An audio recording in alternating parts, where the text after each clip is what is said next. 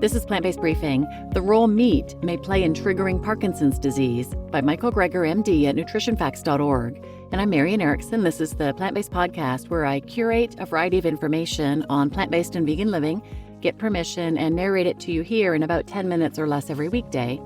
And the previous episode was also about Parkinson's disease and diet, so I thought this one would be interesting to follow up with. A bit more information on how diet is so important to so many aspects of our health, and we're learning more and more all the time. So now let's get to today's plant-based briefing. The Role Meat May Play in Triggering Parkinson's Disease by Michael Greger, MD at nutritionfacts.org. What does the gut have to do with developing Parkinson's disease? Parkinson's disease is an ever-worsening neurodegenerative disorder that results in death and affects about 1 in 50 of us when we get older. A small minority of cases are genetic and run in families, but 85 to 90% of cases are sporadic, meaning they just seemingly pop out of nowhere. It's caused by the death of a certain kind of nerve cell in the brain. Once about 70% of them are gone, the symptoms start. Okay, so what kills off those cells? It's still not completely clear, but the abnormal clumping of a protein called alpha-synuclein is thought to be involved. Why? Because if you inject blended Parkinson's brains into the heads of rats or monkeys, you can induce Parkinson's pathology and symptoms, or even just injecting the pure clumped alpha-synuclein strands themselves. Okay, but how do these clumps naturally end up in the brain? It all seems to start in the gut. The part of the brain where the pathology often first shows up is directly connected to the gut, and we have direct evidence of the spread of Parkinson's pathology from the gastrointestinal tract to the brain. Alpha-synuclein from brains of Parkinson's patients is taken up in the gut wall and creeps up the vagal nerves from the gut to the brain. But this was in rats. If only we had a way to go back and look at people's colons before they got Parkinson's. And, indeed, we can.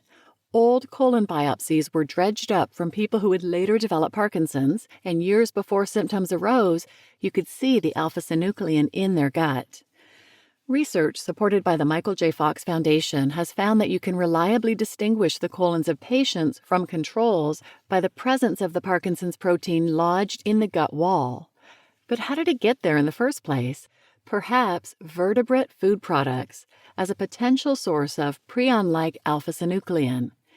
Nearly all of the animals with backbones that we eat, cows, chickens, pigs, and fish, express the protein alpha-synuclein. And so when we eat common meat products, when we eat skeletal muscle, we're eating nerves, blood cells, and the muscle cells themselves. Every pound of meat has like a teaspoon to a tablespoon of blood in it, and that alone could be an alpha-synuclein source to potentially trigger a clumping cascade of our own alpha-synuclein in the gut. Though it may seem intuitive that dietary alpha-synuclein could seed this kind of buildup in our gut, what evidence do we have that it's actually happening?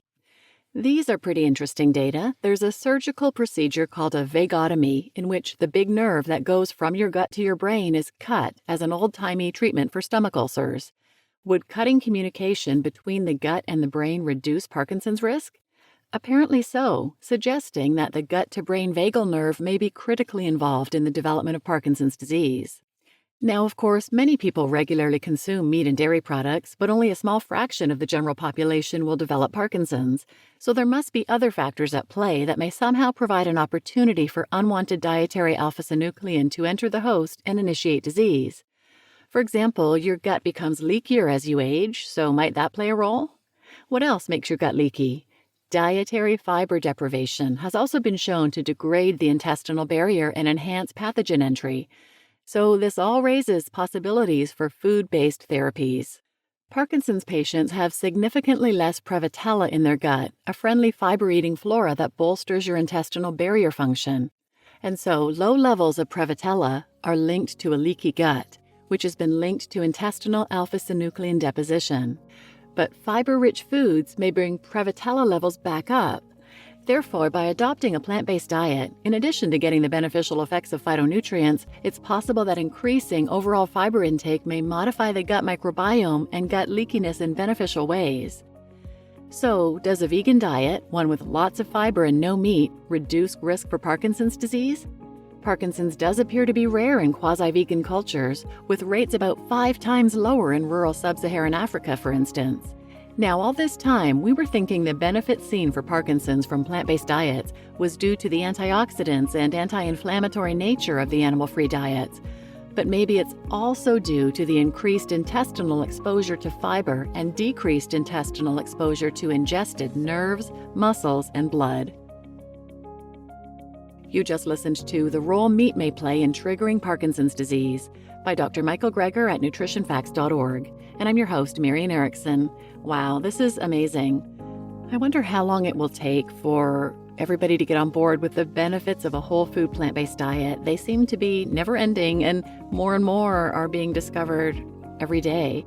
It makes me think of the tobacco industry playbook that Greger and many of the plant-based doctors reference and compare this plant-based movement to, because I think it took thousands and thousands of studies for people to realize, especially doctors, to get on board with the fact that tobacco was not safe for you.